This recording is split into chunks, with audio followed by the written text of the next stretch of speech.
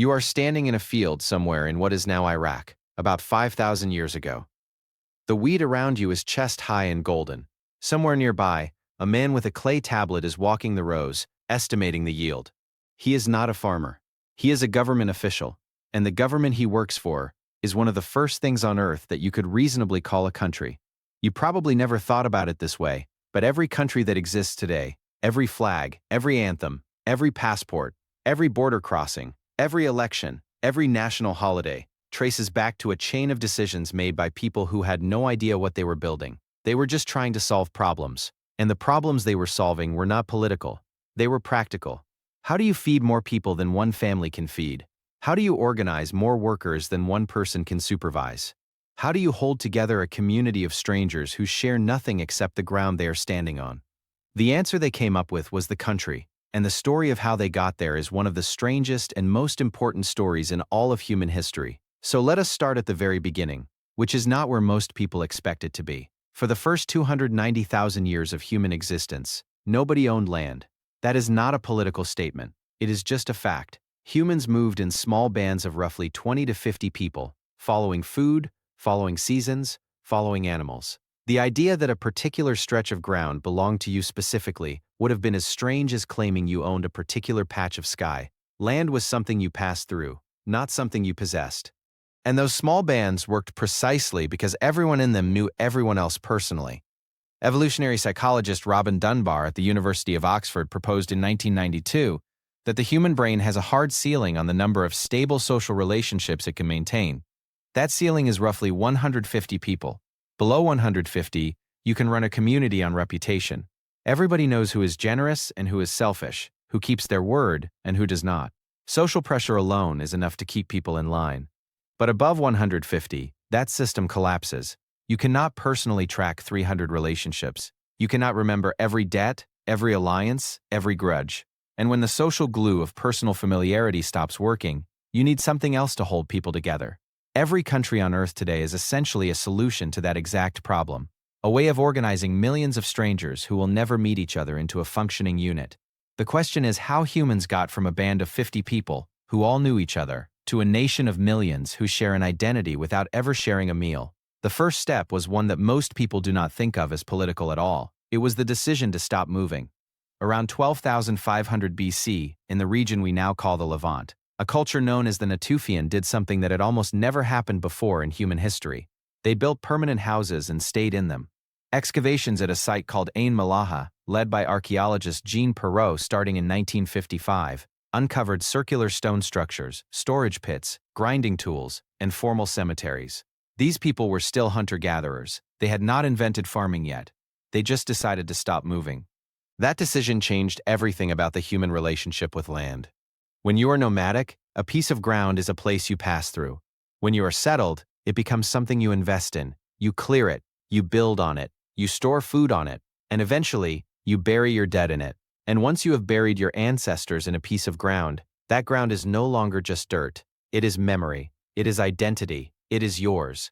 Archaeologist Colin Renfrew argued in a 1973 paper in World Archaeology that the megalithic tombs and stone monuments scattered across Neolithic Europe functioned as territorial markers. You placed your dead in the earth to announce to every passing stranger that the people who came from these bones belong here. The first border markers in human history were not fences or walls or signs. They were graves. And that is the first seed of the idea that would eventually become a country. But graves alone could not bind large numbers of strangers together. For that, you needed something capable of connecting people who had never met, never shared food, never buried anyone in the same ground. You needed a shared belief. At a site in southeastern Turkey called Göbekli Tepe, German archaeologist Klaus Schmidt began excavating in 1995 and found something that genuinely did not fit the existing picture of how civilization developed. Massive T-shaped limestone pillars, some of them 5.5 meters tall and weighing up to 10 tons, carved with elaborate animal imagery and arranged in circular enclosures. They date to roughly 9,500 BC. That is 6,000 years before Stonehenge and 7,000 years before the Egyptian pyramids. Here is the part that rewrites the textbook. The people who built Göbekli Tepe were not farmers. They were hunter-gatherers from scattered bands across the region who came together at this site specifically to build something monumental. Schmidt spent nearly 2 decades excavating the site before his death in 2014, and his conclusion was a single phrase that changed how archaeologists think about human history. First came the temple, then the city. The desire to gather for shared rituals, to participate in something larger than your own band of 50 people, may have been what first drove humans to cooperate at scale. And here is why that matters for the story of countries. Dunbar's number tells us you cannot personally know more than 150 people, but you can believe in the same gods as 10,000 people you have never met.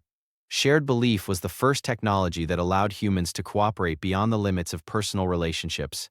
Every country that has ever existed runs on some version of that same technology, a shared story that binds strangers together. At Göbekli Tepe, that story was carved in limestone. Today, it is printed on a passport, but shared belief alone does not make a state. For that, you need grain. Around 10,000 BC in the Fertile Crescent, humans began domesticating wheat and barley. In 1997, geneticist Manfred Huhn and his team published a study in Science tracing the origin of einkorn wheat to the slopes of Karakadag in southeastern Turkey, roughly 30 kilometers from Göbekli Tepe. Agriculture changed human life in ways that go far beyond simply producing more food. Political scientist James C. Scott at Yale published a book in 2017 called Against the Grain, making an argument that most people have never considered. Scott points out that the earliest states formed specifically around grain, not yams, not root vegetables, not fruit trees, grain. And the reason is almost absurdly simple. Grain is visible. It ripens at a predictable time. It grows above ground in open fields. It can be measured, divided, stored, and transported.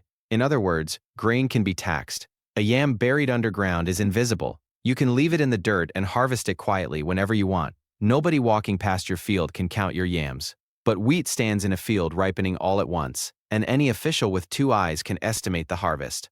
Scott's argument is that the early state was, at its core, a grain tax collection operation, and everything that eventually grew around it, the borders, the armies, the laws, the bureaucracies, existed primarily to make that taxation possible. Think about what that means.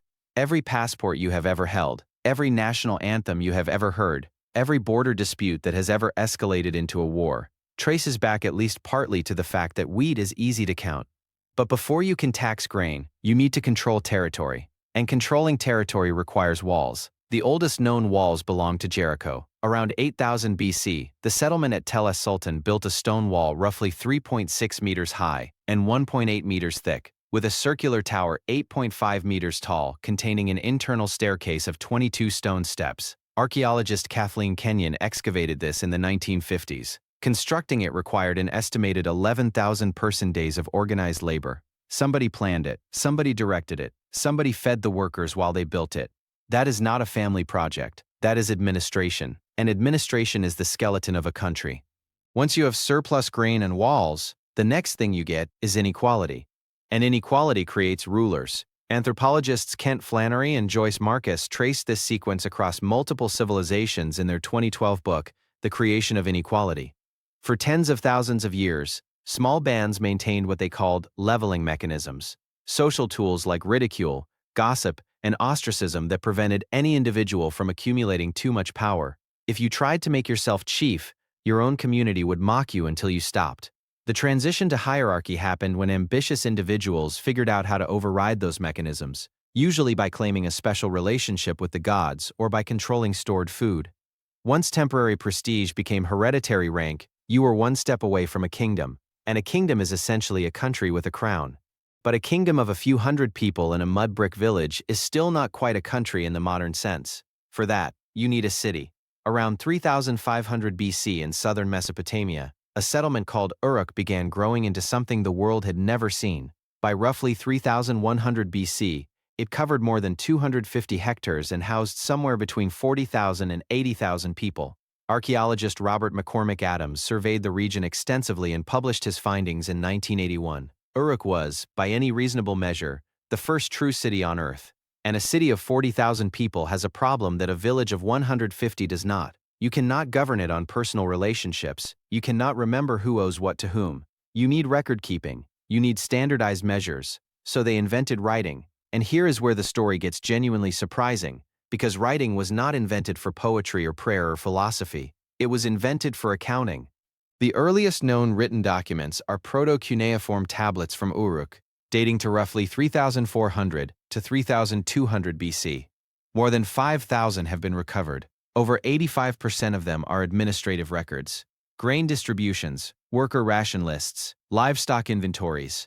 Researcher Denise Schmont-Besserat traced the entire origin of writing back to small clay tokens used for counting goods as far back as 8,000 BC. Those tokens became impressions on clay envelopes, and those impressions eventually became written symbols on flat tablets. The first written word was probably not love or war or God. It was probably a number next to a picture of a bag of barley. The country, it turns out, was built on paperwork.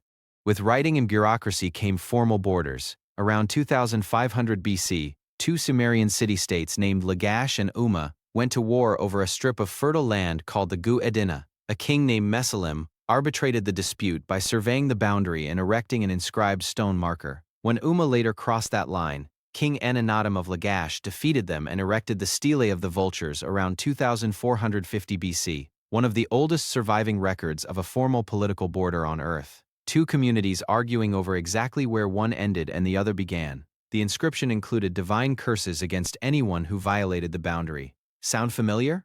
Anthropologist Robert Carneiro published a paper in Science in 1970, offering one of the most compelling explanations for why states formed where they did. His theory is called environmental circumscription. In places where fertile land is surrounded by geographic barriers, deserts, mountains, oceans, growing populations compete for a fixed amount of farmland. When war breaks out, the losers cannot simply leave because there is nowhere to go. They get absorbed. Village absorbs village. Chiefdom absorbs chiefdom. And eventually, you get a state. The country, in this view, is partly a product of geography. People invented countries because they were trapped together and had to figure out how to live at a scale their brains were never designed for. But here's the thing worth sitting with at the end of all this. The country was never a single invention. It was a layered accumulation of solutions to problems that kept getting bigger. Graves that marked territory. Temples that bound strangers through belief. Grain that made taxation possible. Walls that made territory defensible. Writing that made administration scalable. Each layer built on the one before it, and none of the people adding those layers had any idea they were constructing one of the most powerful ideas in human history. The idea that a line in the dirt means something, that the people on this side of it belong together and owe each other something, that the ground beneath your feet is not just ground, it is home. Nobody invented that idea in a single moment. It accumulated over thousands of years, one problem and one solution at a time, until one day the world looked up and found itself divided into countries, and could not quite remember how it got that way.